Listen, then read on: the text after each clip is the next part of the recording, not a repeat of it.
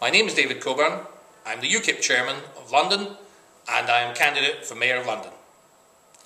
On Tuesday night, like many of you, I was terrified and had to go to bed with a cavalry sabre. I watched through drawn curtains with the lights off as a band of 20-30 youths trashed my car and others in the street. They then followed on to go up to a restaurant where they broke in, threatening the people, grabbing their watches and waving baseball bats. It was only the waiters coming out with knives out of the kitchen that actually chased them off in the end. This sort of terrifying situation should never have been allowed to develop to this point. The police should have steamed in at the very beginning of these troubles several days before and nipped this thing in the bud. Nigel Farage is the only party leader who has called for the army to back up the police if required. Finally, after several days, the Prime Minister has come round to his way of thinking.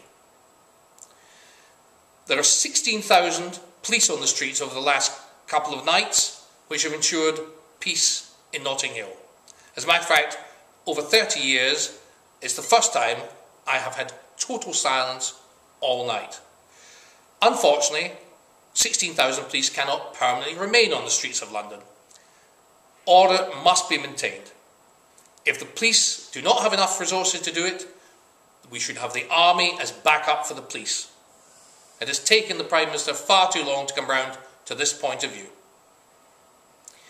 The reason for this trouble is 30 years or 40 years of successive Labour and Conservative governments allowing children to behave in an ill-disciplined manner, and parents not allowed to smack their children, and the schools lacking total discipline. Children who misbehave in schools should be sent to bostels and kept there and forced to learn to behave. They should not be allowed to disrupt the education of perfectly decent kids who want to learn and want to get on in life. I hear Labour and Conservative politicians who've for years been talking about liberal society, people doing as they please, continue to waffle on and on and on about this. We need discipline, we need order, and we need it now.